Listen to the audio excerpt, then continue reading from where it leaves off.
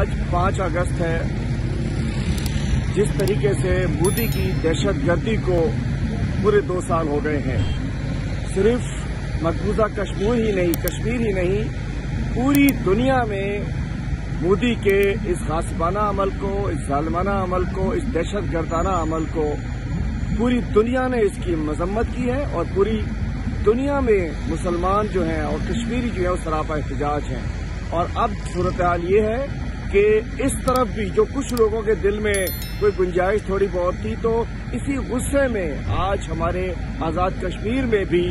وہ لوگ کامیاب ہو کر آ گئے ہیں جو سمجھتے ہیں کہ مودی نے ظلم کیا ہے، زیادتی کی ہے. اور 5 اگست کا دن ہم سمجھ سکتے ہیں کہ جو استحصال کیا ہے کشمیریوں کا، اس کو پوری کشمیری قوم، پاکستانی قوم، آج پورے 22 کروڑ پاکستانی کشمیریوں کے ساتھ ہیں، اور ہمارا دل ان کے ساتھ دھڑکتا ہے. اور انشاءاللہ میرا کپتان عمران خان کشمیریوں کو